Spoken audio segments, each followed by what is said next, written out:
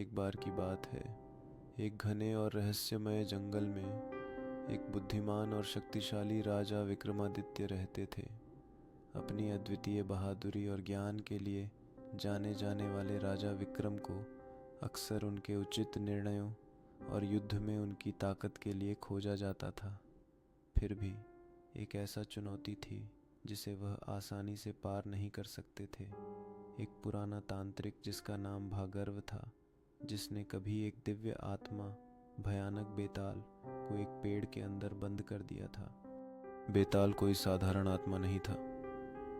यह एक ऐसा भूत था जिसमें असाधारण शक्तियां थीं, जो दिमागों को नियंत्रित करने और वास्तविकता के ताने बाने को बदलने में सक्षम था।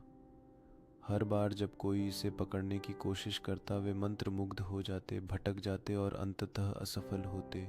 लेकिन विक्रमादित्य अपनी शक्ति और बुद्धिमत्ता को साबित करने के लिए दृढ़ संकल्पित बेताल को पकड़ने के लिए एक भाग्यशाली यात्रा पर निकल पड़ा। अपने रास्ते में विक्रम को वह डरावना ऊंचा पेड़ मिला जहां बेताल निवास करता था। जैसे ही उसने इसे पकड़ने के लिए कदम बढ़ाया, आत्मा पेड़ से एक डरावनी हंसी के साथ बाहर आई। बेताल एक ऐसी आवाज में जो रीढ़ की हड्डी में सिहरन ला देती थी बोला, हे महान राजा, यदि तुम मुझे पाना चाहते हो तो तुम्हें एक पहेली का उत्तर देना होगा। असफल हुए तो तुम इसका पछतावा करोगे। यदि तुम सफल हुए तो तुम मुझे बंधक बना लोगे और सर्वोच्च शासन करोगे।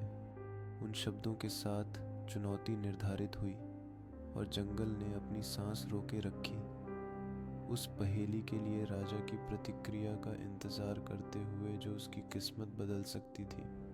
राजा विक्रमादित्य ने गहरी सांस ली। उनका मन तेजी से दौड़ रहा था, क्योंकि वह पहेली पर विचार कर रहे थे, यह जानकर कि सही उत्तर देना उस भयानक आत्मा को पकड़ने की कुंजी होगा। जैसे जैसे सेकंड बीतते गए, विक्रमादित्य ने अपने पूर्वजों की बुद्धिमत्ता की कहानियों को याद किया, अपने ज्ञान और अनुभव की गहराइयों में छिपे उत्तर की तलाश की।